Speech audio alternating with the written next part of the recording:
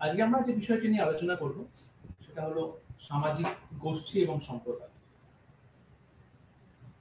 সামাজিক গোষ্ঠী এবং সম্প্রদায় এই দুটো বিষয় কিন্তু আমাদের সমাজের গুরুত্বপূর্ণ এবং প্রত্যেকটা ব্যক্তির জীবনের সাথে সামাজিক গোষ্ঠী এবং সম্প্রদায়ের কিন্তু একটি গুরুত্বপূর্ণ সম্পর্ক রয়েছে। তাহলে আজকে আমরা দুটি গুরুত্বপূর্ণ বিষয় সামাজিক গোষ্ঠী এবং সম্প্রদায়কে স্টেপ বাই স্টেপ আলোচনা করব। প্রথমেই যে বিষয়টির উপরে গুরুত্ব আরোপ করব তা হলো সম্প্রদায়। সম্প্রদায় বা কমিউনিটি বলতে পারি আমরা ইংলিশে। সম্প্রদায় হলো একটি আন্তঃসম্পর্কের বৃত্ত। আন্তঃসম্পর্কের বৃত্ত বলতে এখানে বোঝানো হয়েছে যে একটা ব্যক্তি তার জীবনের জন্ম থেকে মৃত্যু পর্যন্ত সবকিছুই কিন্তু কোনো না কোনো একটা সম্প্রদায়ের পটভূমির মধ্যেই অন্তর্ভুক্ত থাকে। অর্থাৎ ব্যক্তি জন্মগ্রহণ করে একটা সম্প্রদায়ের মধ্যে, তার মধ্যেই লালিত পালিত হয়, তার জীবন অতিবাহিত হয়, বড় হয়ে ওঠে এবং পরবর্তীকালে সম্প্রদায়ের মধ্যেই সে কিন্তু মৃত্যুবরণ করে। সেজন্যই বলা হচ্ছে আন্তঃসম্পর্কের বৃত্ত। তার মানে হচ্ছে একটা সম্প্রদায় একটা ব্যক্তি জীবনকে সার্বিকভাবে ঘিরে রেখেছে। ব্যক্তি কিন্তু কখনোই সম্প্রদায়ের বাইরে নয়, সম্প্রদায়ের অভ্যন্তরে রয়েছে। সেজন্য কি বলছে, যেহেতু ব্যক্তি একটা সম্প্রদায়ের অভ্যন্তরে রয়েছে, তাই তার অর্থনৈতিক, রাজনৈতিক, ধর্মীয় এবং শিক্ষাগত এবং অন্যান্য সমস্ত সামাজিক জীবনধারা কিন্তু তার মধ্যে ঐক্যবদ্ধ থাকে। তার মানে একটা ব্যক্তি, যে পরিবার, যে প্রতিষ্ঠান, যে অর্থনৈতিক ক্ষেত্র, যে রাজনৈতিক পরিকাঠামো, যে ধর্মীয় বাতাবরণ এবং শিক্ষাগত ক্ষেত্রে সে সংযুক্ত থাকবে, এই প্রত্যেকটা ক্ষেত্রই যেন ব্যক্তিকে ঘিরে রেখেছে এবং এই প্রত্যেকটা ক্ষেত্র কোথায় রয়েছে? সম্প্রদায়ের মধ্যে রয়েছে। সুতরাং প্রত্যেকটা সম্প্রদায়ে কিন্তু আমরা বলতে পারি একটা নির্দিষ্ট জিওগ্রাফিক্যাল এরিয়া রয়েছে। অর্থাৎ যে জিওগ্রাফিক্যাল এরিয়ার মধ্যে ব্যক্তি বসবাস করে, তার সারাউন্ডিংস, যার চারিদিকে যে সমস্ত কিছু রয়েছে, তার সবকিছুর একত্রিত সংযোজনই কিন্তু সম্প্রদায়ের পটভূমির মধ্যে দেখা যায়। এক্ষেত্রে উদাহরণ হিসেবে আমরা যেমন গ্রাম সম্প্রদায়, উপজাতি, শহর বা জেলা প্রভৃতির কথা বলতে পারি। কারণ এগুলো ব্যক্তির জীবনের উপরে কিন্তু সার্বিক প্রভাব ফেলে। তার জন্ম থেকে মৃত্যু সবকিছুই কিন্তু এর মধ্যেই আবর্তিত হয়। অন্যদিকে যদি আমরা গোষ্ঠীর প্রেক্ষাপটে দেখার চেষ্টা করি, তাহলে কিন্তু দেখবো গোষ্ঠী মানে কি? গোষ্ঠী মানেই কিন্তু এক্ষেত্রে আমাদেরকে বুঝে নিতে হবে যে কতগুলো হিউম্যান, মানুষের সমষ্টি। তার মানে কতগুলো মানুষ সমষ্টিবদ্ধভাবে, ঠিক আছে, একে অপরের সাথে সম্পর্কিত। তাহলে যে মানুষগুলো একে অপরের সাথে সম্পর্কিত, কতগুলো নির্দিষ্ট উদ্দেশ্য বা বাতাবরণকে সামনে রাখার চেষ্টা করে, গোষ্ঠী কিন্তু তাদেরকেই তুলে ধরার চেষ্টা করে। কি বলছে? একটা গোষ্ঠীর মধ্যে কিন্তু সবসময় আমরা কি লক্ষ্য করি? একটা সামাজিক সম্পর্ক। তাহলে গোষ্ঠীর মধ্যে রয়েছে একটা সামাজিক সম্পর্ক, একটা আত্মিক সম্পর্ক, তাদের মধ্যে রয়েছে পারস্পরিকতা এবং একটা সচেতন মানসিকতা। তার মানে কি? তার মানে হচ্ছে গোষ্ঠীর সদস্যরা কিন্তু একে অপরকে চেনে, একে অপরের সম্বন্ধে জানে, তাদের একে অপরের প্রতি অনুভূতি বা ফিলিংস রয়েছে। তাহলে গোষ্ঠীর ক্ষেত্রে আমরা কি দেখলাম? গোষ্ঠী হচ্ছে কতগুলো মানুষের সমষ্টি যাদের মধ্যে একটা সম্পর্ক রয়েছে। সম্প্রদায়ের ক্ষেত্রে কি দেখলাম? সম্প্রদায় হলো সেই সমস্ত গোষ্ঠী, সেই সমস্ত বৃহত্তর একটা পরিকাঠামো যা ব্যক্তি সারা জীবনকে অতিবাহিত করে। তার মানে একটা ব্যক্তিকে সার্বিকভাবে যে ধরে রেখেছে। তাহলে কিন্তু আমরা পরোক্ষভাবে এটাও বলতে পারি সম্প্রদায় কিন্তু ব্যক্তিকে একটা সার্বিক পরিচয় প্রদান করে থাকে।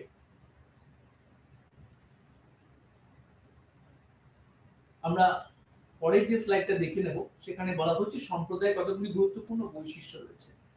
কি কি বৈশিষ্ট্যগত ফিচার্স দেখলে আমরা একটা সম্প্রদায়কে চিনতে পারবো যে এগুলো হচ্ছে সম্প্রদায়ের অন্তর্ভুক্ত? কি রয়েছে? নির্দিষ্ট অঞ্চল। প্রত্যেকটা সম্প্রদায়ের কিন্তু একটা নির্দিষ্ট অঞ্চল রয়েছে। অর্থাৎ সম্প্রদায়গুলি কোথায়, কিভাবে ব্যক্তির জীবনের উপরে প্রভাব ফেলবে বা সম্প্রদায়ের অস্তিত্বটা কোথায়, তা সার্বিকভাবে নির্ভর করছে নির্দিষ্ট অঞ্চলগত পরিকাঠামোর উপর। তাহলে আমরা কিন্তু বলতেই পারি যে সম্প্রদায়ের নির্দিষ্ট অঞ্চল রয়েছে। আর কি? সম্প্রদায়ের মধ্যে রয়েছে আমরা বোধ বা উই ফিলিংস। তার মানে কি? তার মানে হচ্ছে সম্প্রদায়ের প্রত্যেকটা সদস্যদের মধ্যে একটা আত্মিক বা আন্তরিকতার সম্পর্ক রয়েছে। আমরা জোর গলায় বলতে পারবো আমাদের। উই ফিলিংস মানে হচ্ছে যার মধ্যে আবেগ অনুভূতি অনেক বেশি। আমরা যেমন আমাদের পাড়া, আমাদের ঘর, আমাদের পরিবার, ঠিক আছে, আমার এই আমার আমার আমি এই যে ধারণা, এই ধারণাগত অনুভূতি, এই অনুভূতি কিন্তু সম্প্রদায়ের সাথে নিবিড়ভাবে যুক্ত রয়েছে। আমরা বলি না যে আমার বাড়ি, আমার গাড়ি, আমার এলাকা। তার মানে কি? আমার এলাকার মানে হচ্ছে বা আমার বাড়ি মানে হচ্ছে যে যার সাথে আমার একটা আত্মিক সম্পর্ক রয়েছে, একটা ইমোশনস যুক্ত রয়েছে, যেটাকে বলা হচ্ছে উই ফিলিংস। আর এই উই ফিলিংস সম্প্রদায়ের মধ্যে লক্ষ্য করা যায়। তৃতীয় পয়েন্টটি বলা হচ্ছে সমষ্টিগত মানসিকতা। এটা সম্প্রদায়ের মধ্যে রয়েছে সমষ্টিগত মানসিকতা। তার মানে হচ্ছে সম্প্রদায় কখনোই একা ব্যক্তিকে নিয়ে গড়ে ওঠে না। একটা সম্প্রদায় অনেকগুলো ব্যক্তিকে, অনেকগুলো পরিবারকে, অনেকগুলো গোষ্ঠীকে একত্রিত করে গড়ে উঠছে। এই যে বলছিলাম একটু আগে আমার বাড়ি, তাহলে আমার পরিবার, তার মানে পরিবার অনেকগুলো সদস্য, অনেকগুলো মেম্বার রয়েছে। বা যখনই আমি বলছি আমার পাড়া, তার মানে আমার পাড়ায় অনেকগুলো ব্যক্তি বসবাস করে, অনেকগুলো পরিবার বসবাস করে। তার মানে পাড়া প্রতিবেশী প্রত্যেকের সঙ্গে একটা আত্মিক সম্পর্ক গড়ে উঠেছে, প্রত্যেকেই প্রত্যেককে চেনে। এখান থেকেই কিন্তু আমরা বলতে পারি সমষ্টিগত মানসিকতা। সম্প্রদায়ের মধ্যে একটা সমষ্টিগত মানসিকতা রয়েছে, যেখানে কিন্তু ব্যক্তি সহজেই বলতে পারে যে এগুলো আমার, আমরা। এই শব্দগুলো একমাত্র সম্প্রদায়ের ক্ষেত্রেই প্রয়োগ করা যথার্থ হয়ে ওঠে। অভিন্নতা, সম্প্রদায়ের মধ্যে রয়েছে অভিন্নতা, একটা যোগসূত্র। ব্যক্তি যেখানেই থাকুক না কেন বা যেখানেই চলে যাক না কেন, তার পরিবার, তার এলাকা, তার তার গ্রাম, তার প্রতি কিন্তু একটা আত্মিক টান থেকে যায়, একটা যোগসূত্র থেকে যায়। সেই জন্য বলছে অভিন্নতা। ব্যক্তি কিন্তু সেই দিকগুলোর প্রতি অনেক বেশি আত্মিকভাবে সংযুক্ত হয়ে পড়ে। অভিন্নতা কেন? তার কারণ হচ্ছে ব্যক্তি তার পাড়া, তার গৃহ, তার প্রতিবেশী সমস্ত জিনিসের সাথে কিন্তু এমন ভাবে সংযুক্ত থাকে, তার মধ্যে একটা নিবিড় আত্মিক সম্পর্ক বর্তমান। সেটা হচ্ছে অভিন্নতা। কেউ একে অপর থেকে যেন আলাদা না, বিচ্ছিন্ন নয়, সেটা বলছে অভিন্নতা। আর কি বলা হচ্ছে? স্বাভাবিক এবং অকৃত্রিম। স্বাভাবিক, স্বতঃস্ফূর্ত ভাবে গড়ে ওঠে। ব্যক্তি কিন্তু প্ল্যান করে কোনো কমিউনিটি গড়ে তোলে না, স্বাভাবিকভাবে গড়ে ওঠে। ব্যক্তি যে প্রক্রিয়ায়, যে নির্দিষ্ট অঞ্চলে বসবাস করে, সেই অঞ্চলের আশেপাশে যে পাড়া প্রতিবেশী রয়েছে, তিনি তার সাথে একটা স্বাভাবিক সম্পর্ক গড়ে উঠেছে। আমরা কখনো কি বলি এই তোমার সাথে সম্পর্ক করব, দিয়ে কমিউনিকেশন হয় কি? তাতে নয়, একটা স্বাভাবিক সম্পর্ক গড়ে ওঠে। একে অপরের সমস্যায়, একে অপরের সুখে দুঃখে পাশে থাকা। তাহলে এই যে স্বতঃস্ফূর্ততা, এই স্বতঃস্ফূর্ততা কিন্তু কৃত্রিম ভাবে গড়ে উঠছে না, এটা স্বাভাবিক ভাবে গড়ে উঠছে। তাকে প্রয়োজন আছে, সময়ে অসময়ে পাশের বাড়ি কিন্তু তার পাশের বাড়িকে সাহায্য করার জন্য এগিয়ে আসে। তাহলে এইভাবে কিন্তু একটা সমগ্র অঞ্চল ব্যক্তির উপরে প্রভাব ফেলে। আর কি বলেছে? ধারাবাহিক, সর্বব্যাপী এবং সার্বজনীন গোষ্ঠী। সম্প্রদায় একটা ধারাবাহিকতা রয়েছে। তার মানে কি? তার মানে আমরা কখনোই এটা বলতে পারি না যেটা আজকে শুরু হয়েছে মানে দুদিন পরে বা 3 মাস বা 2 বছর বা 15 বছর পরে শেষ হয়ে যাবে। তার মানে এটা একটা প্রসেস। ঠিক আছে? সম্প্রদায় সরল থেকে জটিল হতে পারে, কিন্তু কখনোই সেটা ডিস্ট্রয় হবে না, মুছে যাবে না, যতক্ষণ না সেখান থেকে মানুষ মারা চলে যাবে বা কোনো সেখান থেকে মানুষ সার্বিকভাবে অবলুপ্ত হবে। সম্প্রদায় কিন্তু সার্বিকভাবে টিকে থাকবে যতদিন পর্যন্ত সেখানে মানুষ রয়েছে। তাহলে মানুষ থাকলে সেখানে কিন্তু থাকবে একটা ধারাবাহিকতা। তাহলে সম্প্রদায় কিন্তু প্রত্যেকটা ব্যক্তি, প্রত্যেকটা পাড়া প্রতিবেশী পরিবারের সাথে এমন ভাবে একাত্ম হয়ে যায় যে ধারাবাহিকতা জন্ম থেকে মৃত্যু, তারপরের প্রজন্ম, তারপরের প্রজন্ম কিন্তু চলতেই থাকে। এবং এটা সর্বব্যাপী। কেন? কারণ প্রত্যেক সমাজেই কিন্তু এই কমিউনিটি সেন্টিমেন্ট পরিলক্ষিত হয়। আমরা যে বলি না আমার পাড়া, আমার এলাকা, তাহলে তোমার পাড়া, তোমার এলাকা, তোমার ধরো বন্ধু কোনো অন্য পাড়ায় বা অন্য এলাকায় থাকে, তার কাছে তার পাড়া বা তার এলাকা একটা কমিউনিটি, তোমার কাছে তোমার এলাকা বা পাড়া একটা কমিউনিটি। তাহলে ব্যক্তি বিশেষে কিন্তু সম্প্রদায় অনেক ক্ষেত্রে ভিন্ন হয়ে যেতেই পারে। তাহলে কিন্তু সম্প্রদায় সর্বব্যাপী। বা কারো ধরো কেউ এখানে ইন্ডিয়াতে বসবাস করে, কেউ ওয়েস্টার্ন কান্ট্রিতে বসবাস করে, বা কেউ ওয়েস্ট বেঙ্গলে বসবাস করে, কেউ গুজরাটে বসবাস করে, বা কেউ তামিলনাড়ুতে বসবাস করে, কেউ কেরালায় বসবাস করে। প্রত্যেকটা ব্যক্তি যে নির্দিষ্ট অঞ্চলে বসবাস করে সেইভাবে কিন্তু তার সম্প্রদায়ের পরিকাঠামো গড়ে ওঠে। তার মানে আমরা কি বলতে পারবো, সম্প্রদায় কিন্তু সর্বব্যাপী, সব সমাজেই কিন্তু সম্প্রদায়ের অস্তিত্ব পরিলক্ষিত হয়। এবং সার্বজনীন গোষ্ঠী, সার্বজনীন এই জন্যই বলছি ইউনিভার্সাল, প্রত্যেকটা দেশে, প্রত্যেকটা সমাজে, প্রত্যেকটা সোসাইটিতে, প্রত্যেকটা ক্ষেত্রে সম্প্রদায়ের অস্তিত্ব আমরা লক্ষ্য করি। আর কি, সম্প্রদায়ের উদ্দেশ্য বৃহৎ। উদ্দেশ্য বৃহৎ কেন বলা হচ্ছে, এটা কোনো শুধুমাত্র ব্যক্তিগত স্বার্থকে প্রাধান্য দেয় না। একটা ব্যক্তি বা তার কিছু স্বার্থ, সেটাই সম্প্রদায়ের মূল মোটিভ নয়। সম্প্রদায়ের অভ্যন্তরে কিন্তু প্রচুর ফ্যামিলি বসবাস করে, প্রচুর পরিবার একত্রিত হয়ে বসবাস করে। একটা একটা নির্দিষ্ট এলাকা ধর, তাহলে একটা নির্দিষ্ট এলাকা তার বিভিন্ন উদ্দেশ্য থাকতে পারে, বিভিন্ন নিডস থাকতে পারে। তাহলে সম্প্রদায় শুধুমাত্র একটা উদ্দেশ্যকে নিয়ে গড়ে ওঠে না, বৃহৎ উদ্দেশ্য, রাস্তাঘাট, পরিকাঠামো, দোকান বাজার, রুলস রেগুলেশনস, পুজো, অনুষ্ঠান, মানুষের বিপদ আপদে এগিয়ে আসা, সহযোগিতা, কম্পিটিশন, প্রতিযোগিতা। তাহলে এই সমস্ত বিষয়গুলো কিন্তু সম্প্রদায়ের মধ্যেই গড়ে ওঠে, সম্প্রদায়ের মধ্যেই ফুলে ফেঁপে ওঠে এবং সেগুলো সম্প্রদায়ের মধ্যে নিষ্পত্তি হয়। তাহলে সম্প্রদায় একসময় কিন্তু অনেক বৃহত্তর উদ্দেশ্যকে গুরুত্ব দেওয়ার চেষ্টা করে। আর কি, সম্প্রদায় স্থায়িত্ব সর্বাধিক, সম্প্রদায় দীর্ঘদিন নিজের অস্তিত্বকে বাঁচিয়ে রাখতে পারে। এই যে একটু আগেই বলছিলাম যে সম্প্রদায় কিন্তু আজীবনকাল চলতেই থাকে, ব্যক্তির মৃত্যুর পরেও তার অস্তিত্ব থাকে, কারণ সেখানে নতুন ব্যক্তি সেই জায়গা দখল করে। বংশ পরম্পরায় একটা ব্যক্তি নির্দিষ্ট কমিউনিটির মধ্যে কিন্তু তার জীবন অতিবাহিত করছে, তার সেই জন্যই বলছে যে সম্প্রদায় কিন্তু স্থায়িত্ব সর্বাধিক। আর কি, সম্প্রদায় একটি অন্তরঙ্গ এবং স্বয়ং সম্পূর্ণ মানব গোষ্ঠী।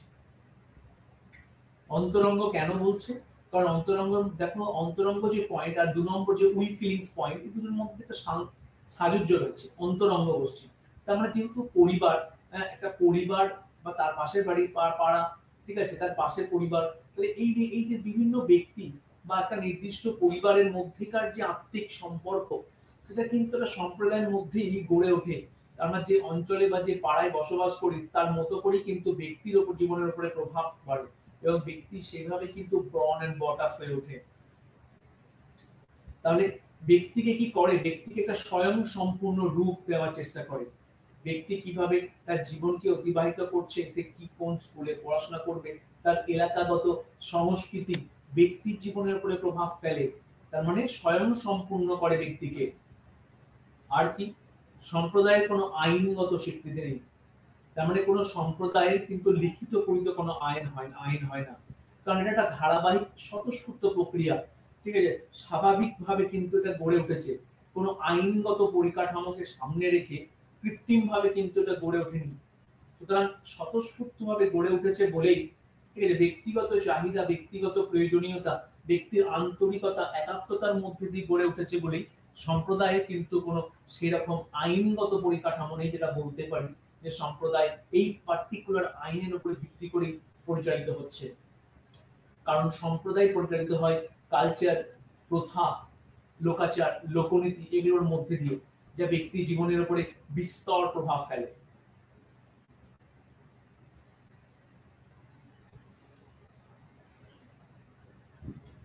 কমিউনিটি সেন্টিমেন্ট, কমিউনিটি সেন্টিমেন্ট কি জিনিস, এই যে একটু আগে বললাম যে পয়েন্টটা, উই ফিলিংস। ধরা যাক কোনো বন্ধু, ধর দুই বন্ধুর মধ্যে কোনো ঝামেলা হয়েছে, তাহলে আমরা অনেক সময় এই কথাটা বলে থাকি না যে তুই আমার পাড়াতে আয়, আমি তোকে দেখে নেব। তাহলে আমার পাড়াতে আয়, আমি তোকে দেখে নেব, কারণ আমার পাড়াতে এলে আমার মনে হয় যেন শক্তি একটু বৃদ্ধি পাবে। তাহলে আমার পাড়াতে আমি কি পেলাম, আমার পাড়াতে আমি পেলাম হচ্ছে একটা সেন্টিমেন্ট, আবেগ আছে। আমার পাড়ার সাথে যেন একটা শক্তি আমার উপরে কাজ করে। তাহলে আমার পাড়াগত যে আবেগ, পাড়াগত যে শক্তি, এটাকেই বলা হয় কিন্তু কমিউনিটি সেন্টিমেন্ট, সম্প্রদায়ের অনুভূতি। এবং এই অনুভূতির মধ্যে কি কি জিনিস পাচ্ছি আমি, দেখো প্রথম পয়েন্টটা যেটা আমি বলছিলাম, উই ফিলিংস, আমরা বোধ।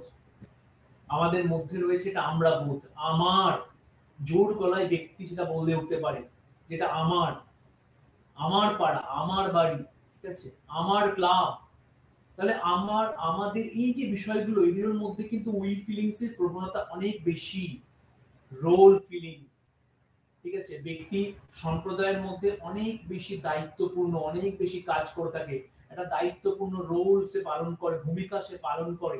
ঠিক আছে, সে একটা পরিবারের সদস্য, সে একটা ক্লাবের সদস্য, সে নির্দিষ্ট পাড়া প্রতিবেশীর মতো ভূমিকা পালন করে। পাশের বাড়ি কোনো সমস্যায় পড়লে ব্যক্তি কিন্তু প্রথমে এগিয়ে যায়। তাহলে সে সাহায্যের হাত কেন বাড়িয়ে দেয়? কারণ সম্প্রদায় তার মধ্যে সেই সহযোগিতা কেন্দ্রিক মানসিকতার প্রবণতা বৃদ্ধি করেছে। সেজন্য তো রোল ফিলিংস কাজ করে। ব্যক্তির মধ্যে এই মানসিকতার মনে হয়েছে যে আমার আগে যাওয়া উচিত, কারণ আমার পাশের বাড়ির মানুষজন সমস্যায় পড়েছে। অ্যাজ এ নেবার আমারই উচিত আগে তাকে সাহায্য করা। ডিপেন্ডেন্সি ফিলিংস, ডিপেন্ডেন্সি ফিলিংস মানে নির্ভরশীলতা, পরিবারের প্রতি নির্ভরশীলতা। ব্যক্তি, এটা শিশু যখন জন্মগ্রহণ করে সে কিন্তু তার পরিবারের উপর নির্ভরশীল হয়ে পড়ে। আবার পরিবারটা যে অঞ্চলে বসবাস করে সেই অঞ্চলের উপর নির্ভরশীল হয়ে পড়ে। এটাকেই বলা হচ্ছে কিন্তু ডিপেন্ডেন্সি ফিলিংস, নির্ভরশীল। ব্যক্তি যে অঞ্চল, যে এলাকায় বসবাস করে তার উপরে কিন্তু অনেক বেশি নির্ভরশীল। তাহলে এই ফিলিংস গুলো কাজ করছে কিন্তু কমিউনিটি সেন্টিমেন্ট হিসাবে। তার মানে এটা আমরা কিন্তু সহজেই বলতে পারি, কমিউনিটি দীর্ঘদিন ধরে সমাজে নিজের অস্তিত্বকে টিকিয়ে রাখে বলে, তার মানে তার একটা লং টার্ম ইম্প্যাক্ট আছে বলে তবেই তো সেন্টিমেন্ট গ্রো হয়। একটা ব্যক্তির আবেগ কখন তৈরি হয়? যখন ব্যক্তি দীর্ঘ সময় ধরে সেখানে বসবাস করবে। তার মানে ব্যক্তি জীবন যেখানে দীর্ঘ সময় ধরে নিজের স্থায়িত্বকে বজায় রেখেছে, সেখান থেকেই তো গড়ে উঠেছে we feelings, role feelings, dependency feelings এর মতো বিষয়গুলো।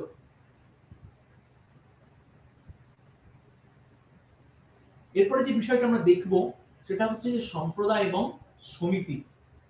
সম্প্রদায় এবং সমিতি এই দুটোই কিন্তু আমাদের বাস্তব জীবনের সাথে গভীরভাবে সংযুক্ত। সম্প্রদায় সম্বন্ধে আমরা অলরেডি বলে দিয়েছি যে সম্প্রদায় একটা বৃহত্তর ক্ষেত্র, ব্যক্তি জীবনের উপরে সার্বিক প্রভাব ফেলে। কিন্তু সমিতির ক্ষেত্রে যখনই দেখি, সমিতি কিন্তু বা অ্যাসোসিয়েশন ইংলিশে, এটা কিন্তু সবসময় কোনো বিশেষ উদ্দেশ্যকে নিয়ে পরিচালিত হয়। তাহলে এই যে বেসিক কিছু উদ্দেশ্য সব সমিতির মধ্যেই গড়ে ওঠে।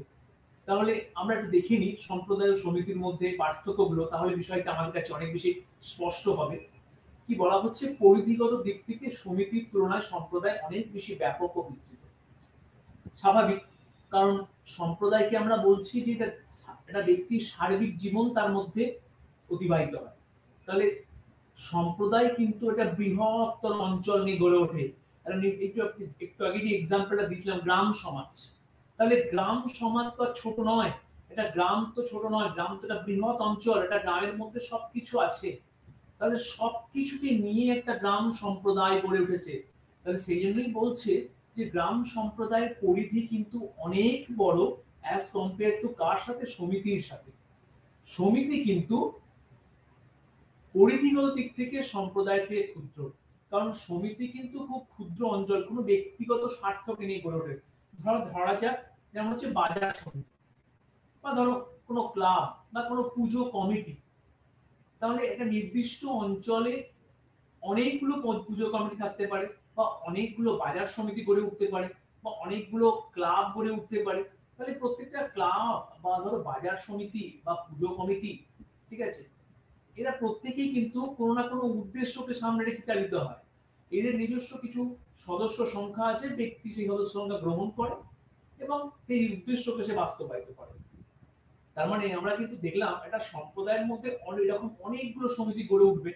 তাহলে যদি অনেকগুলো সমিতি গড়ে ওঠে, তাহলে স্বাভাবিকভাবে তার পরিধি কিন্তু, মানে সমিতির পরিধি কিন্তু সম্প্রদায় থেকে অনেক ছোট। 2 নম্বর কি,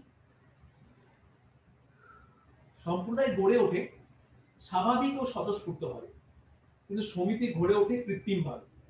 তাহলে স্বাভাবিক আর স্বতঃস্ফূর্ত যে মানসিকতা, এটা কিন্তু সম্প্রদায়ের মধ্যে পরিলক্ষিত হয়। স্বাভাবিক ও স্বতঃস্ফূর্ত, তার মানে কোনো নির্দিষ্ট উদ্দেশ্যকে সামনে রেখে কিন্তু সম্প্রদায় গড়ে ওঠে না। এর পেছনে কিন্তু অনেকগুলো উদ্দেশ্য বাস্তবায়িত হয় এবং সেটা স্বাভাবিকভাবে গড়ে উঠছে। ঠিক আছে, একটা গ্রাম যখন গড়ে ওঠে, একটা গ্রাম কিন্তু ব্যক্তি জীবনের বিভিন্ন স্বার্থকে চরিতার্থ করে, বিভিন্ন চাহিদাগুলোকে পরিপূরণের দিকে গুরুত্ব আরোপ করে। তার মানে তার চাহিদা পরিপূরণ করানো এবং যে সমস্ত বিষয়গুলোকে প্রাধান্য দেয়, সেগুলো কিন্তু সার্বিকভাবে ব্যক্তির উপরে প্রভাব ফেলে। সেজন্য বলছে এটা স্বাভাবিক এবং স্বতঃস্ফূর্ত ভাবে গড়ে ওঠে। কিন্তু সমিতি কি দেখছি, সমিতি কিন্তু কৃত্রিম ভাবে গড়ে ওঠে। যে একটু আগে বলছিলাম যে সমিতি কি, সমিতি কৃত্রিম ভাবে কেন গড়ে উঠছে, তার কারণ হচ্ছে সমিতির কিন্তু কি আছে, নির্দিষ্ট উদ্দেশ্য আছে। প্রত্যেকটা সমিতি কিন্তু কোনো নির্দিষ্ট উদ্দেশ্যকে সামনে রেখে পরিচালিত হয়। অর্থাৎ ধরা যাক একটা ক্লাব, একটা ক্লাবের নির্দিষ্ট কিছু উদ্দেশ্য আছে, বা একটা বাজার সমিতি, সে নির্দিষ্ট বাজার ব্যবস্থা কোথায় হবে, কিভাবে বাজারটাকে নিয়ন্ত্রণ করা যাবে, কোনো জিনিসপত্রের রেট কিভাবে ফিক্স করা হবে, বাজারে কোনো সমস্যা হলে তার সমাধান করা। তাহলে বাজার কমিটি বাজারকে কেন্দ্র করে বিভিন্ন রুলস এন্ড রেগুলেশন গুলোকে নিয়ন্ত্রণ করে বা দেখাশোনা করে। সেই সংক্রান্ত বিষয়গুলো গড়ে উঠছে কিভাবে, কৃত্রিম ভাবে। তৃতীয় কি বলছে, সম্প্রদায় গড়ে ওঠার পেছনে কোনো বিশেষ স্বার্থ বা উদ্দেশ্য সাথে থাকে না, কিন্তু সমিতি গড়ে ওঠার পেছনে থাকে নির্দিষ্ট স্বার্থ বা উদ্দেশ্য। তার মানে সম্প্রদায়ের কিন্তু কোনো একটা স্বার্থ নয়। তার মানে ব্যক্তি যে গ্রামে বসবাস করে, সেই গ্রামে থাকা দারুণ ব্যক্তি কিন্তু সার্বিক সামর্থ্য কিন্তু সম্প্রদায় তুলে ধরার চেষ্টা করে। তার মানে তার বড় হওয়া থেকে শুরু করে তার মৃত্যুর পর্যন্ত তার জীবনের সমস্ত চাহিদা, সমস্ত পরিপূরণ, সমস্ত ভরণ পোষণ, সমস্ত ক্ষেত্র যেন সম্প্রদায়ের মধ্যেই আবদ্ধ। তাহলে কি দেখলাম, সম্প্রদায় কিন্তু সমষ্টিগত একটা দিককে প্রাধান্য দেয় এবং বৃহত্তর উদ্দেশ্যকে গুরুত্ব দেয়। কিন্তু সমিতির কিন্তু উদ্দেশ্য ক্ষুদ্র কতগুলো স্পেসিফিক উদ্দেশ্যকে প্রাধান্য দেয়, কতগুলো স্পেসিফিক লক্ষ্যকে সামনে রেখে পরিচালিত হয়। ফোর্থ পয়েন্ট কি বলা হচ্ছে, সম্প্রদায়ের একটি অন্যতম সম্পদ হলো সমষ্টিগত চেতনাবোধ, কিন্তু সমিতির ক্ষেত্রে এই ধরনের কোনো চেতনাবোধ পরিলক্ষিত হয় না। সমষ্টিগত চেতনাবোধ পয়েন্টে আমরা বৈশিষ্ট্যতে আলোচনা করলাম। সমষ্টিগত চেতনাবোধ মানে সম্প্রদায় কেন্দ্রিক যে মানসিকতা, যে সম্প্রদায়ে বসবাস করি বা যে সম্প্রদায়ের মানুষ, তার প্রতি একটা একাত্মতা, তার প্রতি একটা আন্তরিকতা, তার প্রতি একটা কৃত্রিম মনোভাব। তাহলে এই যে তার প্রতি একটা স্বতঃস্ফূর্ত ব্যাপার, এটা কিন্তু সমষ্টিগত দিকটাকেই তুলে ধরে সম্প্রদায়। কিন্তু যখনই আমরা সমিতির ক্ষেত্রে দেখব, সমিতির ক্ষেত্রে কি দেখছি, এই ধরনের কোনো চেতনাবোধ কিন্তু সমিতিতে থাকে না। তাহলে সমিতিতে আমরা কি করি, সমিতিতে আমরা নির্দিষ্ট উদ্দেশ্য নিয়ে কাজ করি। ধরা যাক আমরা যে ক্লাবের কথা বললাম, তাহলে ক্লাবে যখন আমরা যাচ্ছি, ক্লাবে কিন্তু পরিবারের মতো অত ইমোশনস ব্যাপারগুলো কাজ করে না। ঠিক আছে, তার মানে ক্লাব নির্দিষ্ট কতগুলো উদ্দেশ্যকে যেহেতু বাস্তবায়িত করে, তাই সেক্ষেত্রে কিন্তু কখনোই কি করছে, একটা আবেগ, সেন্টিমেন্ট কিন্তু কাজ করছে না। তারপরে কি বলছে, তারপর বলছে একজন ব্যক্তি একাধিক সমিতির সদস্য পদ লাভ করলেও একাধিক সম্প্রদায় সদস্য পদ হওয়া সম্ভব না। তার মানে একাধিক সমিতির সদস্য পদ লাভ করতে পারি। তার মানে আমি বলতে পারি, ধরো কোনো ব্যক্তি একটা ক্লাবের সদস্য, কোনো বাজার কমিটির সদস্য, কোনো জিম কমিটির সদস্য, বা কোনো ক্রিকেট সংস্থার সাথে যুক্ত। তাহলে একই ব্যক্তি কতগুলো সমিতির সদস্য পদ গ্রহণ করতে পারে, আবার ত্যাগও করতে পারে। তার মানে কোথাও না কোথাও বলতেই পারি সদস্যপদ গ্রহণ বা ত্যাগ সমিতির ক্ষেত্রে কিন্তু স্বেচ্ছামূলক, কিন্তু সম্প্রদায়ের ক্ষেত্রে সমিতির কিন্তু সদস্যপদ এইভাবে গ্রহণ করা যায় না। আমরা যে অঞ্চলে বসবাস করেছি, বা যে পরিবারে, বা যে নির্দিষ্ট অঞ্চলে, বা নির্দিষ্ট গ্রামে, বা যে দেশে বসবাস করেছি, আমরা কিন্তু তার যে পরিচয়, সেই পরিচয় কিন্তু চেঞ্জ করতে পারি না। তার মানে সম্প্রদায়ের সদস্যপদ কিন্তু এইভাবে চেঞ্জ করা যায় না। আমার ইচ্ছা হলো না যে ভালো লাগছে না গ্রামটা, আমি গ্রামের সদস্যপদ ত্যাগ করবো, অন্য গ্রামের সদস্যপদ নেবো, এভাবে কিন্তু হয় না। আমরা যে পরিবার বসবাস করছি, পরিবারটা ভালো লাগছে না, অন্য পরিবারে চলে যাবো। তাহলে এইভাবে কিন্তু সদস্যপদ ত্যাগ করা যায় না। কিন্তু সমিতির ক্ষেত্রে সদস্যপদ ত্যাগ করা যায়। ব্যক্তি একটা ক্লাব থেকে অন্য ক্লাবে যেতে পারে, একটা ক্লাবে খেলতে খেলতে সে অন্য ক্লাবে খেলতে পারে, বা একটা ক্লাব ত্যাগ করে অন্য ক্লাবের সদস্য হতে পারে।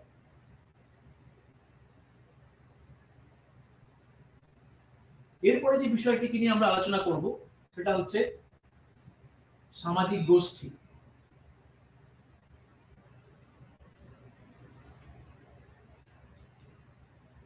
ম্যাকাইভার এন্ড পেজ কি বলছে, পরস্পরের সঙ্গে সামাজিক বন্ধনে আবদ্ধ ব্যক্তি সমষ্টি হলো গোষ্ঠী। তাহলে এখানে কি কি পয়েন্ট পেলাম, যে ইম্পর্টেন্ট পয়েন্টটা পাচ্ছি সেটা হচ্ছে ব্যক্তি তার সমষ্টি। তার মানে অনেকগুলো ব্যক্তি, এবং কি তাদের মধ্যে একটা পারস্পরিক সম্পর্ক রয়েছে। ঠিক আছে, ব্যক্তির মধ্যে কিন্তু একটা পারস্পরিক সম্পর্ক থাকবে। তাহলে যখনই আমরা গোষ্ঠীর কথা বলবো আমরা কিন্তু দেখব গোষ্ঠীর মধ্যে কিন্তু একটা পারস্পরিক সম্পর্ক রয়েছে। তার মানে আমরা বলতেই পারি সমাজে বিভিন্ন ধরনের গোষ্ঠী অস্তিত্ব রয়েছে, তবেই না আমরা এটা বলতে পারি যারা গোষ্ঠী মধ্যে পারস্পরিক বন্ধনে যারা আবদ্ধ তাদেরকে আমরা বলবো গোষ্ঠী। সেকেন্ড পয়েন্টে কি বলা হচ্ছে, বোগার্ডাস কি বলছে, একটি সামাজিক গোষ্ঠীকে অনেক ব্যক্তি হিসেবে বিবেচনা করা যেতে পারে, দুই বা ততোধিক যাদের কিছু সাধারণ মনোযোগের বিষয় রয়েছে। তার মানে এখানে কি দেখলাম, দুই বা ততোধিক সামাজিক গোষ্ঠী, মানে এখানেও আমরা যে পয়েন্টটা পাচ্ছি ব্যক্তি এবং দুই বা ততোধিক, তার মানে দুইয়ের থেকে বেশি, দুই বা তার থেকে বেশি সংখ্যক গোষ্ঠী আমরা পাচ্ছি ব্যক্তির উপস্থিতি, এবং তাদের মধ্যে কি রয়েছে, একটা মানসিক সংযুক্তি রয়েছে। তার মানে একে অপরকে প্রভাবিত করতে পারে, একে অপরের প্রতি একটা আত্মিকতা ব্যাপার রয়েছে। তাহলে গোষ্ঠীর ক্ষেত্রে আমরা কি দেখলাম, তার মানে হচ্ছে যেখানে ব্যক্তি সমষ্টি এবং তাদের মধ্যে একটা সামাজিক বন্ধন রয়েছে। জিসবার্ট কি বলছে, গোষ্ঠী হলো সেই ধরনের ব্যক্তি সমষ্টি যারা স্বীকৃত একটি সংগঠনের মধ্যে একে অপরের উপরে ক্রিয়াশীল থাকে। স্বীকৃত একটি সংগঠনের মধ্যে একে অপরের ক্রিয়াশীল, তাহলে ব্যক্তি সমষ্টি, ঠিক আছে, তাদের মধ্যে একটা মানসিক সংযোগ, একে অপরের প্রতি দায়বদ্ধ, একে অপরের প্রতি আবেগপূর্ণ। তাহলে গোষ্ঠীর ক্ষেত্রে আমরা বেশ কিছু দিক কিন্তু কমন পাচ্ছি এই তিনটে থিঙ্কারের মধ্যে। তোমরা আরো অন্যান্য অনেক বই সেখান থেকে অনেক থিঙ্কারের ডেফিনিশন পড়তে পারো। কি বলা হয়েছে, তাহলে গোষ্ঠী হলো কতগুলো ব্যক্তি সমষ্টি, তাই তো, যাদের মধ্যে একটা সামাজিক সম্পর্ক বা মানসিক সম্পর্ক রয়েছে। তাহলে সামাজিক বা মানসিক সম্পর্ক কেন্দ্র করে বিভিন্ন ব্যক্তি যখন ঐক্যবদ্ধ হয় তখনই কিন্তু গড়ে উঠছে গোষ্ঠী। এরপরে যে বিষয়টা আমরা দেখবো সেটা হচ্ছে গোষ্ঠীর শ্রেণী বিভাগ। এটা আমাদের মাথায় রাখতে হবে, এখানে অনেকগুলো গোষ্ঠীর কিন্তু অস্তিত্ব বা শ্রেণী বিভাগ রয়েছে। কি কি রয়েছে, প্রথম পয়েন্টটা বলা হচ্ছে জর্জ জিমেল। জর্জ জিমেল গোষ্ঠীকে দুটো ভাগে বিভক্ত করেছে, ডায়াড এন্ড ট্রায়াড। ডায়াড এবং ট্রায়াড এই যে দুটো গোষ্ঠী, এটা সাধারণত গড়ে উঠছে সদস্য সংখ্যাকে কেন্দ্র করে। তার মানে যে গোষ্ঠীর সদস্য সংখ্যা দুজনকে নিয়ে গড়ে উঠেছে তাদেরকে জিমেল বলছে ডায়াড, এবং যে গোষ্ঠীর সদস্য সংখ্যা দুইয়ের অধিক, তিনজনকে নিয়ে বা বেশি সংখ্যক ব্যক্তিকে নিয়ে গড়ে উঠছে তাদেরকে জিমেল বলছেন ট্রায়াড। তাহলে ডায়াড মানে আমি কি দেখলাম, দুটো ব্যক্তিকে নিয়ে গড়ে ওঠা যে গোষ্ঠী এবং তাদের মধ্যে একটা আন্তরিকতার সম্পর্ক গড়ে উঠছে। তাহলে আমরা এক্সাম্পল কি দেব, আমরা এক্সাম্পল দিতে পারি হাজবেন্ড ওয়াইফ, আমরা এক্সাম্পল দিতে পারি লাভার্স বা যুগল। তাহলে এরা সব এরা কি, এরা হচ্ছে কিন্তু ডায়াড গ্রুপ, দই গোষ্ঠী। জিমেল এক্ষেত্রে ডায়াড গ্রুপ বা দই গোষ্ঠী বলছে, কারণ এটা এই গোষ্ঠীটা গড়ে উঠছে দুজনকে নিয়ে, দুটো ব্যক্তিকে নিয়ে গড়ে উঠছে। আর ট্রায়াড হচ্ছে কি, যে গোষ্ঠীর সদস্য সংখ্যা তিনজনকে নিয়ে গড়ে উঠছে। তাহলে তিনজন বা তার অধিক সংখ্যক ব্যক্তির উপস্থিতি এক্ষেত্রে লক্ষ্য করছি আমরা। তাহলে আমরা এক্সাম্পল কি দিতে পারি, এর ক্ষেত্রে আমরা এক্সাম্পল দেব, আমরা ত্রিপাক্ষিক গোষ্ঠী দিতে পারি। তাহলে ত্রিপাক্ষিক গোষ্ঠীগুলো হচ্ছে কিন্তু ট্রায়াড গোষ্ঠীর উদাহরণ। কে বলছে এই ডেফিনিশনটা, জর্জ জিমেল। এই ছোট্ট ছোট্ট বিষয়গুলো কিন্তু আমাদের মাথায় রাখতে হবে যে জর্জ জিমেল গোষ্ঠীকে সদস্য সংখ্যার উপরে ভিত্তি করে দুটো ভাগে বিভক্ত করেছেন, ডায়াড এবং ট্রায়াড। ডায়াড মানে যে গোষ্ঠীর সদস্য সংখ্যা 2 এবং ট্রায়াড মানে হচ্ছে যে গোষ্ঠীর সদস্য সংখ্যা হচ্ছে 3।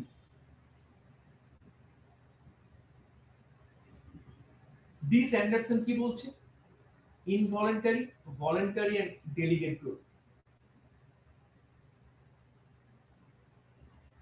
Involuntary, voluntary and delegate group জিনিসটা কি, ইনভলেন্টারি কাকে বলছে, ইনভলেন্টারি দেখো যেখানে যেটা ব্যক্তির স্বেচ্ছা বা ইচ্ছার উপর নির্ভর করে না। তার মানে ব্যক্তি যে গোষ্ঠীর সদস্যপদ জন্মগতভাবে লাভ করে, তাহলে যে গোষ্ঠীর সদস্যপদ জন্মগতভাবে ব্যক্তির উপরে প্রযোজ্য সেই গোষ্ঠীকে বলা হয় ইনভলেন্টারি, যেখানে ব্যক্তির নিজস্ব কোনো ইচ্ছা অনিচ্ছার প্রাধান্য নেই। ইনভলেন্টারি গ্রুপের উদাহরণ হিসেবে আমরা কি বলতে পারি, যেমন আমরা বলতে পারি পরিবার, আমরা বলতে পারি এলাকা, আমরা বলতে পারি কিন্তু জাত কাঠামো, আমরা বলতে পারি ধর্ম। কারণ এই বৈশিষ্ট্যটা কি, এই বৈশিষ্ট্য হচ্ছে সেই ধরনের বৈশিষ্ট্য যেগুলো ব্যক্তির ইচ্ছা অনিচ্ছার উপর নির্ভর করে না। তাহলে এই গোষ্ঠীর সদস্যপদ ব্যক্তি গ্রহণ করছে সেই গোষ্ঠীর সাথে জন্মগতভাবে। ভলেন্টারি ঠিক তার উল্টো। ভলেন্টারি হচ্ছে যখন ব্যক্তি স্বেচ্ছায় কোনো গোষ্ঠীর সদস্যপদ গ্রহণ করে। ব্যক্তি স্বেচ্ছায় যে গোষ্ঠীর সদস্যপদ গ্রহণ করছে মানে হচ্ছে ব্যক্তি সদস্যপদ গ্রহণও করতে পারে, ত্যাগও করতে পারে। তাহলে এই যে ফ্লেক্সিবিলিটি গোষ্ঠী চয়নের ক্ষেত্রে লক্ষ্য করা যায়, এই গোষ্ঠীকে তখন বলা হয় ভলেন্টারি গ্রুপ।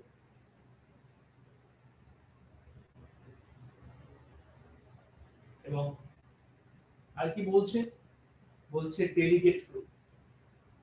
ডেলিগেট গ্রুপ মানে হচ্ছে, ডেলিগেট কাদের বলা হয়, সাধারণত দেখবে ডেলিগেট কোনো উদ্দেশ্যকে নিয়ে বাস্তবায়িত হয়। ঠিক আছে, কোনো অফিসিয়াল মিটিং, কোনো অফিসিয়াল সিরিয়াল, কোনো একটা ওয়ার্কশপ, সেখানে কোনো গণ্যমান্য ব্যক্তি গ্রুপ, এটা গ্রুপ গঠন করা হয়েছে। তাহলে এই যে নির্দিষ্ট উদ্দেশ্যকে নিয়ে যে গোষ্ঠী গড়ে উঠলো, ঠিক আছে, তাকে আমরা ডেলিগেট গ্রুপ। ধরো কোনো একটা ওয়ার্কশপ, ইগনু কোনো একটা বড় ওয়ার্কশপকে অর্গানাইজ করবে, এবং সেই ওয়ার্কশপকে অর্গানাইজ করার জন্য ইগনু একটা 20 জনের ফ্যাকাল্টি, ডিফারেন্ট সাবজেক্টের ফ্যাকাল্টির একটা টিম তৈরি করেছে। তাহলে এই যে ডিফারেন্ট সাবজেক্টের ফ্যাকাল্টির টিম তৈরি করে যে গোষ্ঠী গঠন করা হলো, this call a delegate group. তাহলে স্যান্ডারসন গোষ্ঠীকে ভাগ করছে voluntary, involuntary and delegate group. CH Cooley কি বলছে? অ্যাজ পার সিএইচ কুলি দুটো গোষ্ঠী গুরুত্বপূর্ণ, primary group and secondary group. প্রাথমিক গোষ্ঠী কোনগুলো? প্রাথমিক গোষ্ঠী হচ্ছে সেই ধরনের গোষ্ঠী যার সাথে ব্যক্তির একটা আবেগ সংযুক্ত রয়েছে, আর ঠিক তার উল্টো হচ্ছে সেকেন্ডারি গ্রুপ, যেখানে ব্যক্তির আবেগ নেই। তার মানে পরিবার আমরা বলতে পারি, বন্ধু গোষ্ঠী বলতে পারি। তাহলে পরিবার হচ্ছে সেই ধরনের গোষ্ঠী যার সাথে ব্যক্তির আবেগ অনুভূতির সম্পর্ক অনেক বেশি তীব্র। আবার সেকেন্ডারি গ্রুপ কোনটাকে বলবো? সেকেন্ডারি গ্রুপ হচ্ছে সেই ধরনের গ্রুপ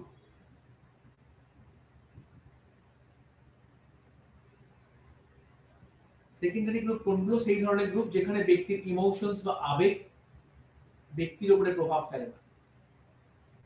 যেমন যেমন স্কুল বা কলেজ হতে পারে, বা কোনো ক্রিকেট টিম, ঠিক আছে, বা কোনো টুর্নামেন্ট।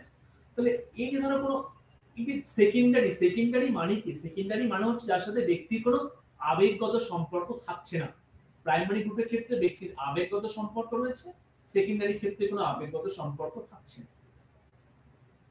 গিডিংস কি বলছে? গিডিংস বলছে জেনেটিক এন্ড কংগ্রিগেট। জেনেটিক গ্রুপ কোনগুলো? যে গোষ্ঠীগুলো জেনেটিক্যালি গড়ে উঠছে, তার মানে যার সাথে একটা আত্মিক সম্পর্ক বাঁধন রয়েছে, ঠিক আছে, যেমন পরিবার, একটু আগে যে এক্সাম্পলটা বলছিলাম, পরিবার হচ্ছে জেনেটিক গ্রুপ, ঠিক আছে। আর কংগ্রিগেট গ্রুপ, কংগ্রিগেট গ্রুপ হচ্ছে যেগুলোর সাথে কোনো আত্মিক সম্পর্ক নেই। তাহলে আত্মিক সম্পর্ক, ইমোশনাল সম্পর্ক যখনই থাকবে না, তখন সেটাকে বলবো কংগ্রিগেট। আর বাকি হলো যার মধ্যে আত্মিক সম্পর্ক থাকবে, রক্তের সম্বন্ধন থাকবে, তখন তাকে আমরা বলবো জেনেটিক গ্রুপ।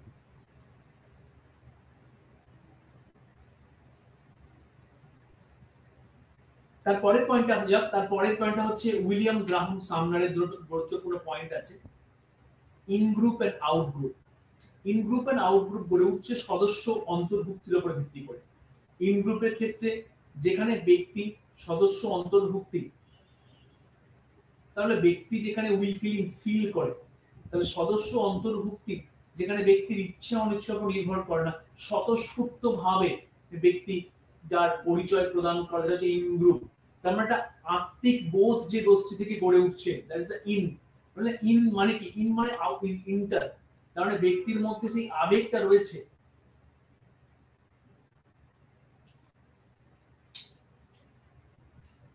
আমরা যে সম্প্রদায় বা যে গোষ্ঠীর মধ্যে বসবাস করি, তার প্রতি আমার একটা আবেগ রয়েছে, অনুভূতি রয়েছে, সেটাকে বলা হচ্ছে ইন গ্রুপ। এই যে যেটা বলছিলাম যে এক্সাম্পলটা, আমাদের পাড়া, তাহলে আমাদের পাড়ার মধ্যে রয়েছে একটা উই ফিলিংস, একটা ইনগত ফিলিংস। আর আউট কোনটা? আউট কোনটা যেখানে হচ্ছে ব্যক্তির ইমোশনস কাজ করে না। অন্যের পাড়া বা অন্যের পরিবার, অন্যের এলাকার উপরে ব্যক্তির কিন্তু তত বেশি ইমোশনালি অ্যাটাচমেন্ট নেই। ব্যক্তি আবেগপূর্ণভাবে সেই ধরনের পরিবার বা প্রতিষ্ঠানের সাথে সংযুক্ত নয়, সেটাকে বলা হচ্ছে আউট গ্রুপ। জর্জ হাসান কি বলছে? জর্জ হাসান যে টপিক বলছে আনসোশ্যাল, সিওডো সোশ্যাল বা প্রো সোশ্যাল। আনসোশ্যাল কোনগুলো?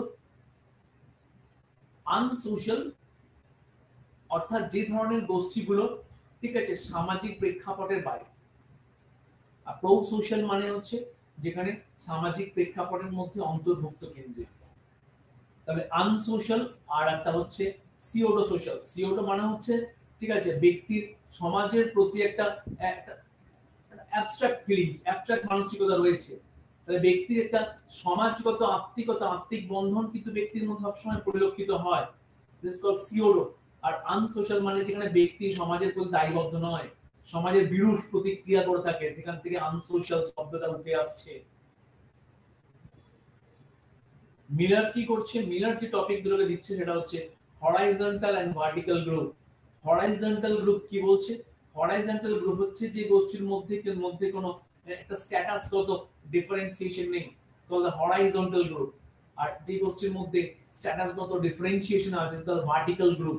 যেমন স্কুলের স্টুডেন্ট, শ্রেণী, তাহলে শ্রেণীকক্ষে প্রত্যেকটা শ্রেণী কক্ষে যে আমরা যেমন প্রত্যেকটা যে ছাত্রছাত্রী দেখে থাকি, তাদের প্রত্যেকের মধ্যে কিন্তু একটা সেম ধরনের আবেগ অনুভূতি কাজ করে, সেটাকে বলা হচ্ছে হরাইজন্টাল।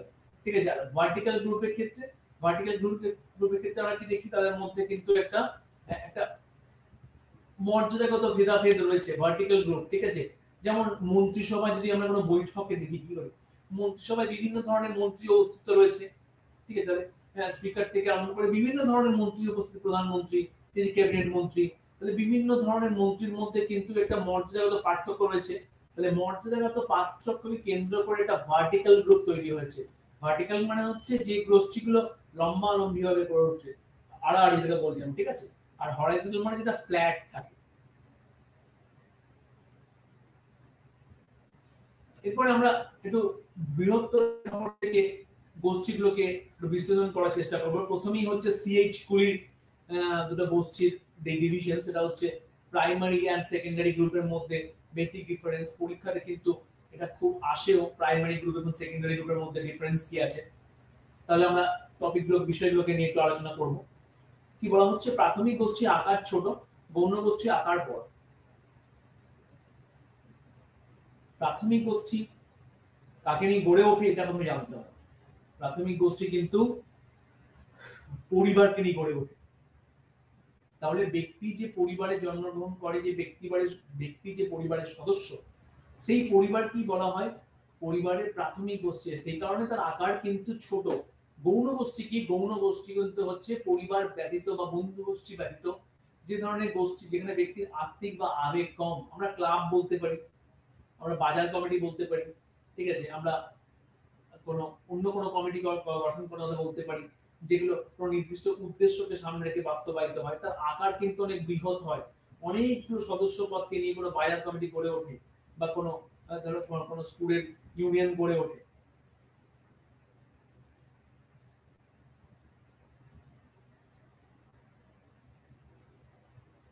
দ্বিতীয় পয়েন্টটা কি বলা হচ্ছে? প্রাথমিক গোষ্ঠী সদস্যদের মধ্যে একটি ব্যক্তিগত এবং ঘনিষ্ঠ সম্পর্ক বিদ্যমান, অন্যদিকে গৌণ গোষ্ঠী সদস্যদের মধ্যে তুলনামূলকভাবে হচ্ছে নৈবত্তিক।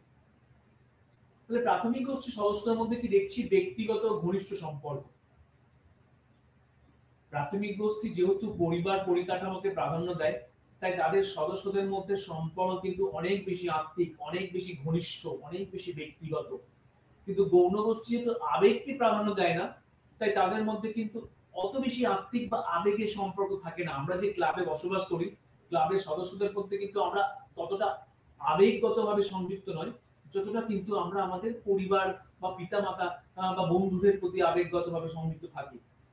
তৃতীয় পয়েন্ট কি বলা হচ্ছে? একটি প্রাথমিক গোষ্ঠীর সদস্যদের মধ্যে মুখোমুখি যোগাযোগ অনেক বেশি বর্তমান থাকে, অন্যদিকে গৌণ গোষ্ঠীর সদস্যদের মধ্যে মুখোমুখি যোগাযোগ কম। তাহলে ফেস টু ফেস ইন্টারঅ্যাকশন কিন্তু প্রাথমিক গোষ্ঠীর সদস্যদের মধ্যে কি অনেক বেশি।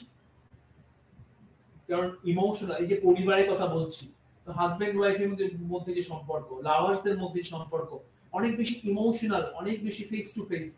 ঠিক আছে, ব্যক্তি সামনাসামনি কথা বলে, একে অপরের সাথে আত্মিক বন্ধনে আবদ্ধ। কিন্তু গৌণ গোষ্ঠীতে কি দেখি, গৌণ গোষ্ঠীর সদস্য মুখোমুখি যোগাযোগ রাখে না, তাদের মধ্যে কিন্তু অনেক বেশি দূরত্ব রয়েছে।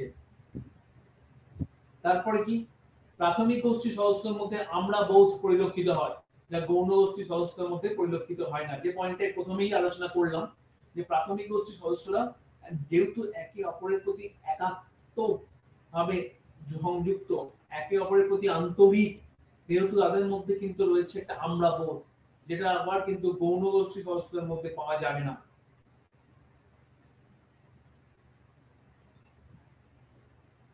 তারপরে পয়েন্টটা কি বলছে,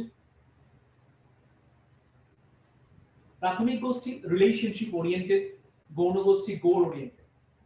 তার মানে প্রাথমিক গোষ্ঠীতে সম্পর্ক বেশি প্রাধান্য পায়, কিন্তু গৌণ গোষ্ঠীতে লক্ষ্য বেশি প্রাধান্য পায়।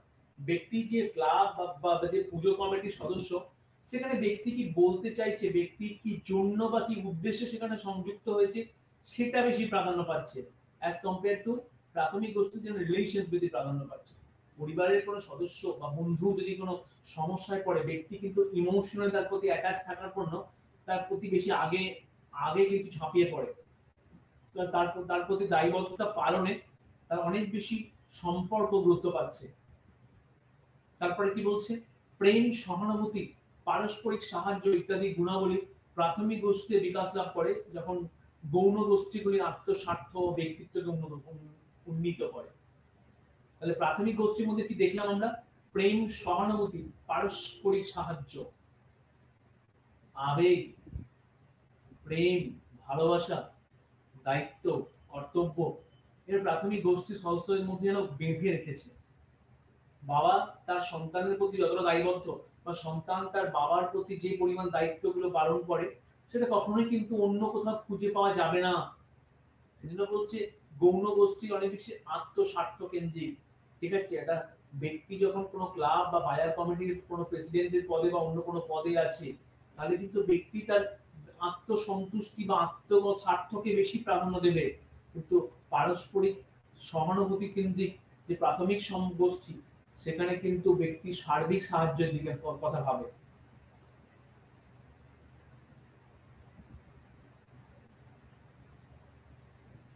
তিন নম্বর পয়েন্টে কি বলছে, প্রাথমিক গোষ্ঠীতে গোষ্ঠীগত সিদ্ধান্তগুলি প্রাথমিক এবং অযৌক্তিক, এবং গোষ্ঠী সিদ্ধান্ত, গৌণ গোষ্ঠী সিদ্ধান্ত কি বলছে, যুক্তিযুক্ত দক্ষতার উপরে জোর দেওয়া হয়।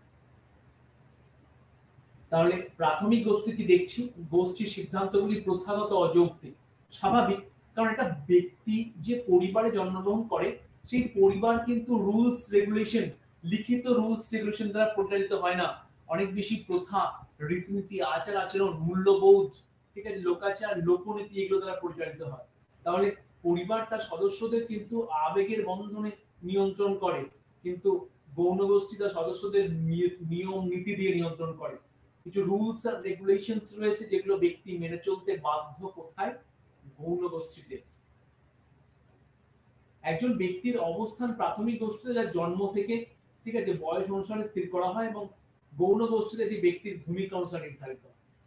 তার মানে প্রাথমিক গোষ্ঠীতে ব্যক্তির সদস্যপদ নির্ভর করে কিভাবে, তার জন্ম, ক্রম এবং তার বয়স। তার মানে ব্যক্তি যেখানে জন্মগ্রহণ করেছে, সে যেখানে বড় হয়েছে এবং কোন এক সময় মারা যাবে, তাহলে এইভাবেই কিন্তু তার প্রাথমিক গোষ্ঠীর সদস্যপদ গড়ে ওঠে। কিন্তু গৌণ গোষ্ঠীতে কি, গৌণ গোষ্ঠীতে ব্যক্তির কি কোয়ালিটি আছে, তার চাহিদা, তার কোয়ালিটিকে দেখে, তার গুণকে দেখে তাকে সদস্য পদ দেওয়া হয়। যেমন প্রেসিডেন্টের কোনো পদ বা সেক্রেটারি কোনো পদ, এই পদগুলো সেই সমস্ত ব্যক্তিকে দেওয়া হয় তার বেসড অন দেয়ার কোয়ালিটিজ, তার গুণগত দক্ষতাকে সামনে রেখে এই ধরনের বৈশিষ্ট্যগুলি, এই ধরনের পদগুলি তাকে কিন্তু প্রযুক্ত করা হয়ে থাকে।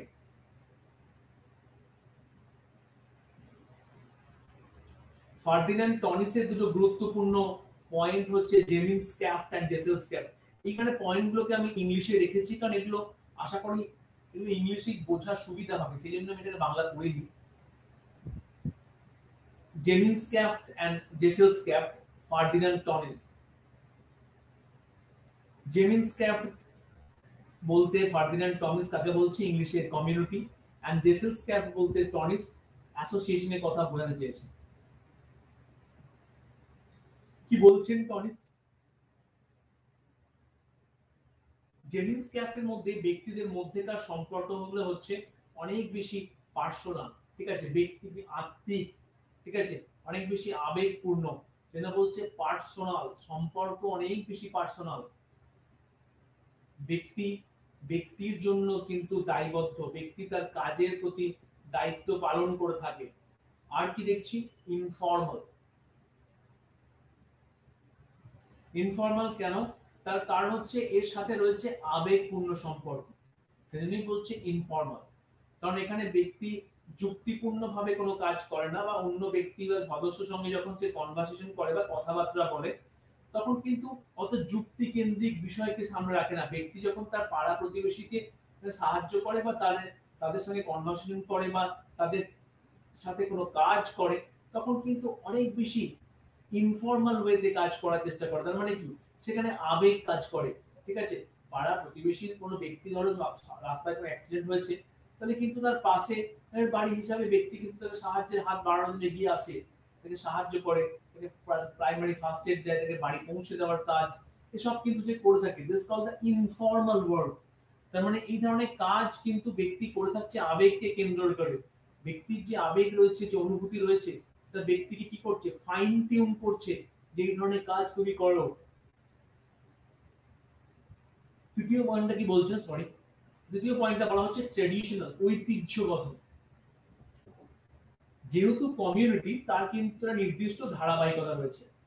ধারাবাহিকতা রয়েছে মানে সেটা আজকে তৈরি হয়নি। কমিউনিটি কিন্তু হট করে তৈরি হয় না, দীর্ঘ সময় লাগে সেগুলোকে তৈরি করতে, এবং সেটা তৈরি হয় কিভাবে, স্বতঃস্ফূর্ত ভাবে। তার মানে যেহেতু স্বতঃস্ফূর্ত ভাবে তৈরি হয়, এবং এটা যেহেতু জেনারেশন আফটার জেনারেশন নিজের অস্তিত্বকে টিকিয়ে রাখতে পারে, তার মানে আমরা কি বলতে পারি, স্বাভাবিকভাবে এটা বলতেই পারি যে প্রত্যেকটা সম্প্রদায়ের কিন্তু একটা নির্দিষ্ট ঐতিহ্য রয়েছে, এবং সেই ঐতিহ্য কিন্তু ব্যক্তি জীবনের উপরে প্রভাব ফেলে। তার মানে প্রত্যেকটা কমিউনিটির রয়েছে একটা ট্র্যাডিশন বা ঐতিহ্য, যে ঐতিহ্য ব্যক্তি জীবনের উপরে প্রভাব ফেলে। অর্থাৎ যে ঐতিহ্যকে কিন্তু ফার্ডিনান্ড টনিস কি বলছে, কমিউনিটির আন্ডারে আছে। আর কি, জেনারেল।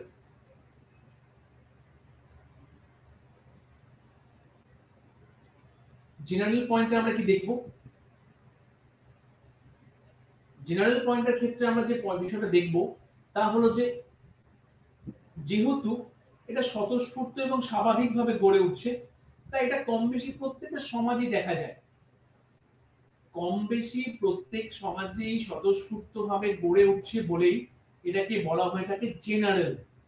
আবার তার মানে আমরা কতগুলো গুরুত্বপূর্ণ পয়েন্ট পেলাম কমিউনিটির আন্ডারে, যেটা কে বলছে, ফার্ডিনান্ড টনিস, এবং তার নাম কি দিচ্ছেন, জেনিংস ক্যাপ। জেনিংস ক্যাপের আন্ডারে আমরা কি কি পাচ্ছি, পার্সোনাল, ইনফর্মাল, ট্র্যাডিশনাল, সেন্টিমেন্টাল এবং জেনারেল।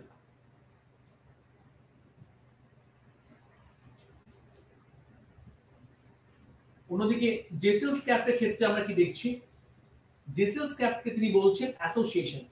ঠিক কমিউনিটির উল্টো, যেটা আমরা পড়ছিলাম সমিতি, অ্যাসোসিয়েশন বা সমিতি। সমিতির যে বৈশিষ্ট্য, সেই বৈশিষ্ট্য কিন্তু সম্প্রদায় থেকে সম্পূর্ণ ভিন্ন ধরনের। কি বলা হচ্ছে, ইমপার্সোনাল। যেটা পার্সোনাল ছিল সেটা ইমপার্সোনাল। একটা ব্যক্তি যখন ক্লাবে অন্য ব্যক্তির সাথে সম্পর্ক রাখে, সেটা কিন্তু একদম ক্লাবের সদস্য হিসাবে।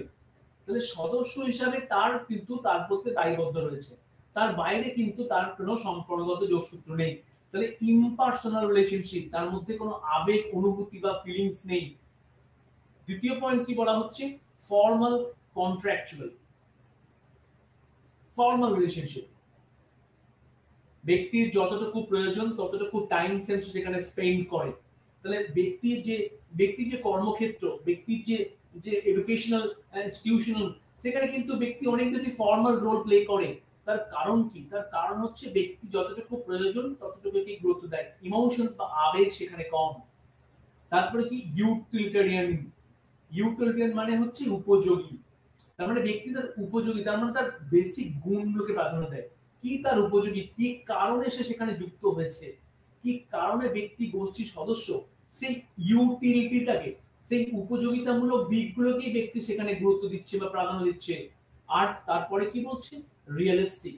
রিয়েলিস্টিক অনেক বেশি স্পষ্ট। স্পষ্ট কিরকম, ব্যক্তি কেন সেখানে যুক্ত, কি তার কাজ, কি তার লক্ষ্য, সেখান থেকে সে কি পাবে, সে বিষয়ে কিন্তু সে অনেক বেশি স্পষ্ট। তার মানে তার নিজের অবস্থান, তার লক্ষ্য সম্বন্ধে সে সচেতন, সেজন্য বলছে রিয়েলিস্টিক।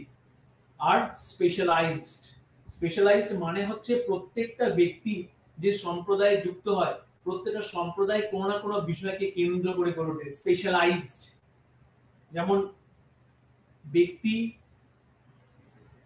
কোন নির্দিষ্ট কোচিং নিচ্ছে, ধরো তাহলে আইএস বা ইউপিএস এর কোচিং নিচ্ছে, তাহলে আইএস বা ইউপিএস এর যে গোষ্ঠী বা যে গ্রুপস, যে কমিউনিটি, তার সাথে সে ইনভলভ কেন, কারণ সেটা তার নিডস।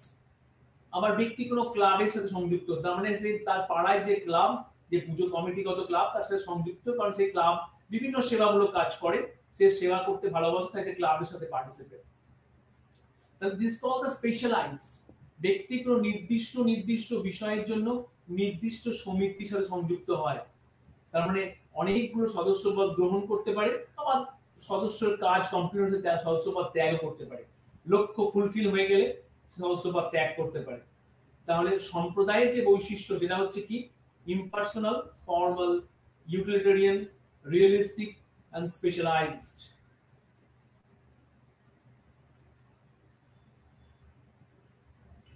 অন্তঃগোষ্ঠী এবং বহিঃগোষ্ঠী। উইলিয়াম গ্রাহাম সামনার খুব ফেমাস, তার ফোকওয়েজ যে গ্রন্থ 1906 সালে এটা পাবলিশড হয়, সেখানে তিনি আত্মিক গোষ্ঠী মানে অন্তঃগোষ্ঠী আর বহিঃগোষ্ঠীর মধ্যে, বহিঃগোষ্ঠীর কথা বলছেন। এক্ষেত্রে আমরা দুটো গোষ্ঠীর মধ্যেকার যে পার্থক্য সেটা নিয়ে আলোচনা করব। কি বলছে, ব্যক্তি যে গোষ্ঠীর সদস্য, তার কাছে সেই গোষ্ঠীর অন্তঃগোষ্ঠী, অন্যদিকে ব্যক্তি যে গোষ্ঠীর সদস্য নয়, তাকে বলে হচ্ছে বহিঃগোষ্ঠী। তার মানে ব্যক্তি যে গোষ্ঠীর সদস্য, তার মানে আমার পাড়া, আমার বাড়ি, যেটা একটু আগে বলছিলাম, উই ফিলিংস ওরিয়েন্টেড যে মানসিকতা, তাহলে আমার কেন্দ্রিক যে বিষয়গুলো, তার মানে যেখানে ব্যক্তি ফিল করে, নিজস্বতা ফিল করে, আর যেখানে ব্যক্তি নিজস্বতা ফিল করে না সেটা হচ্ছে আউটগ্রুপ। সেকেন্ড পয়েন্টে কি বলছে, পারস্পরিক সম্পর্ক সুদৃঢ়। ব্যক্তি তার বন্ধু, ব্যক্তি তার পাড়া প্রতিবেশীর সাথে কিন্তু অনেক বেশি একাত্ম, কিন্তু সে যখন কোনো অন্য পাড়ায় যায়, সেখানে কিন্তু তার অত অত র্যাপো বা তার অত অত বেশি আত্মিক সম্পর্ক তার সাথে নেই, তার সাথে তার পাড়াই নয়। ব্যক্তি যখন কোনো বন্ধুর বাড়িতে ঘুরতে যায় বা কোনো নির্দিষ্ট অঞ্চলে ঘুরতে যায়, তার সাথে কিন্তু সে র্যাপো তৈরি হয় না, কারণ সেটা আউট গ্রুপ। যতটা র্যাপো তার নিজের পাড়াতে রয়েছে। তারপরে পয়েন্ট, অন্তর্গোষ্ঠীতে আমরা আমাদের এই জাতীয় মনোভাব পরিলক্ষিত হয়, বহিঃগোষ্ঠীতে কি, তারা তাদের এই জাতীয় মনোভাব। তার মানে যেটা একটু আগেই বলছিলাম, আমরা আমাদের এই ধরনের মনোভাব, আমাদের, তাহলে এর মধ্যে কত সুন্দর একটা আন্তরিকতা রয়েছে। আর তাদের মনে এখানে কিন্তু আন্তরিকতা নেই, এটা তোমাদের। তার মানে কি, এর মধ্যে এর সঙ্গে কোনো ইমোশনস নেই আমার, এটা তোর জিনিস, এর সাথে কোনো ইমোশনস নেই আমার, এটা আমার, এর সাথে আমার কোনো ইমোশনস অ্যাটাচড হয়ে আছে। অন্তর্গোষ্ঠীর সদস্যরা কি বলছে, ভালো মন্দ ন্যায় অন্যায়ের প্রতি বিশেষ যত্নশীল থাকে, অন্যদিকে বহিঃগোষ্ঠীতে সদস্যরা সার্বিক ক্ষেত্রে উদাসীন। তাহলে ভালো মন্দ, তার মানে অনেক বেশি অ্যাটাচড, অনেক বেশি আবেগপূর্ণ সে। তাহলে ভালো মন্দর বিষয়টাই অনেক বেশি গুরুত্ব দেয়, কেন, কারণ তবে না আমার, তোমার কোনো একটা ফোন আছে, তোমার কিন্তু তার প্রতি অনেক বেশি অ্যাটাচড, আবেগ, তুমি যাকে যত্ন করে রেখে দিচ্ছ, বা কোনো বন্ধুর ফোন, তার প্রতি তোমার ইমোশনস কম।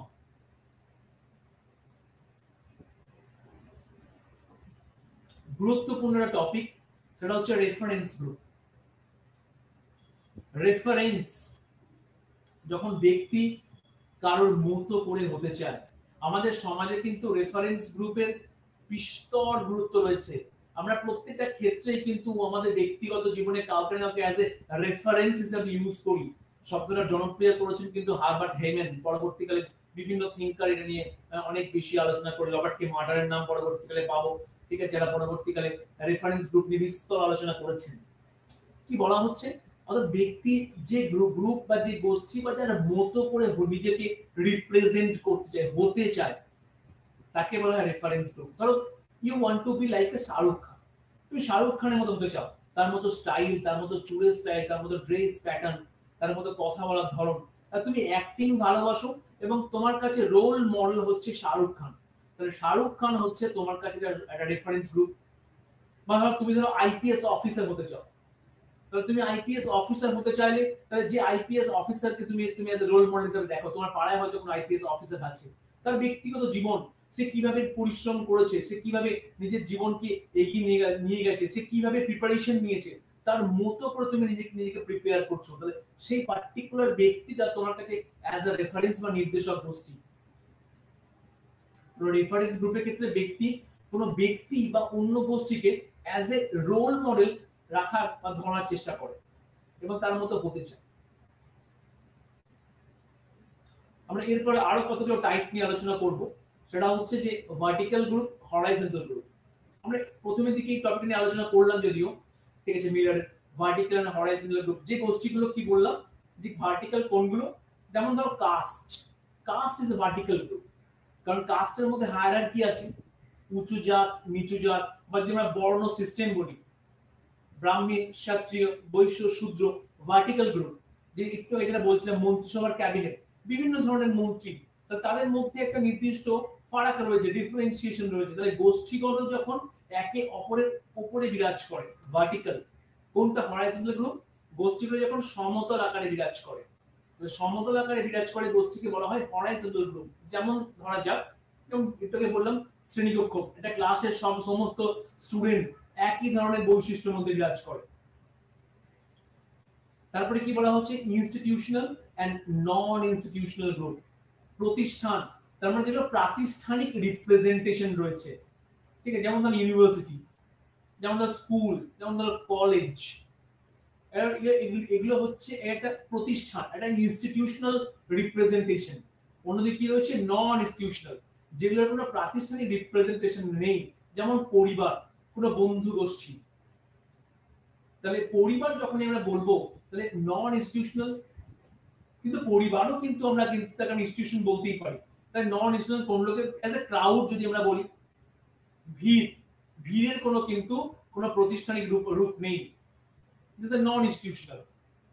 কন্ট্রাকচুয়াল, নন কন্ট্রাকচুয়াল, কন্ট্রাকচুয়াল কোনগুলো, যে গোষ্ঠীর সাথে ব্যক্তি কন্ট্রাকচুয়ালি ইন্টার রিলেটেড থাকে, কন্ট্রাক্টস, ব্যক্তি যখন কোনো জব করে, সে কন্ট্রাকচুয়ালি কোনো জবের মধ্যে ইনভলভ আছে, বা ব্যক্তি কোনোটা কাজ করছে, কাজের মধ্যে কোনোটা কন্ট্রাক্ট রয়েছে।